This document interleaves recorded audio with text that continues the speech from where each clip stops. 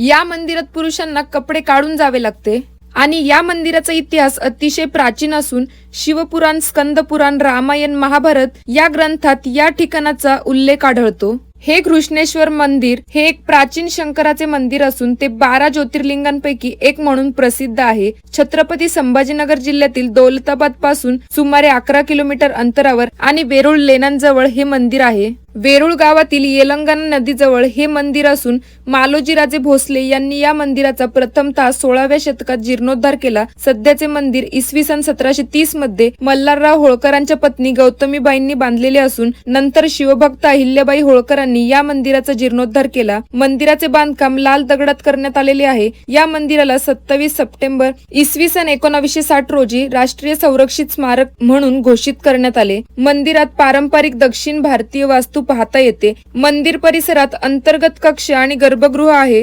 मंदिराचे बांधकाम 4400 चौरस फूट क्षेत्रात पसरलेले आहे। हे 12वे आणि अंतिम ज्योतिर्लिंग स्वयंभू शिवशंकराचा पवित्र निवास आहे। मंदिरात प्रवेश करताच वातावरणात भारून जाते आणि भिंतीवरील नाजूक कोरीव काम मंत्रमुग्ध करते। प्राचीन काळातील कथा इथे अजूनही जिवंत आहेत। मंदिरात घुमणारे मंत्र, घंटानाद आणि भक्तांच्या गजराने आसमंत पवित्र होतो। दूर दूरहून येणारे भाविक इथल्या अद्भुत शक्तीने भारावून जातात। मंदिराचा दरवाजा ओलांडतानाच मन भक्तिभावाने भरून येते। इतिहास आणि वर्तमान यांना जोडणारा हा पूल भारतीय संस्कृतीचा गौरव आहे। येथे आल्यावर मनातील चिंता दूर होते, आत्मा शांततेच्या स्पर्शाने भारावतो। घृष्णेश्वर हे केवळ एक तीर्थस्थान नाही तर एका अद्वितीय आध्यात्मिक प्रवासाची सुरुवात आहे।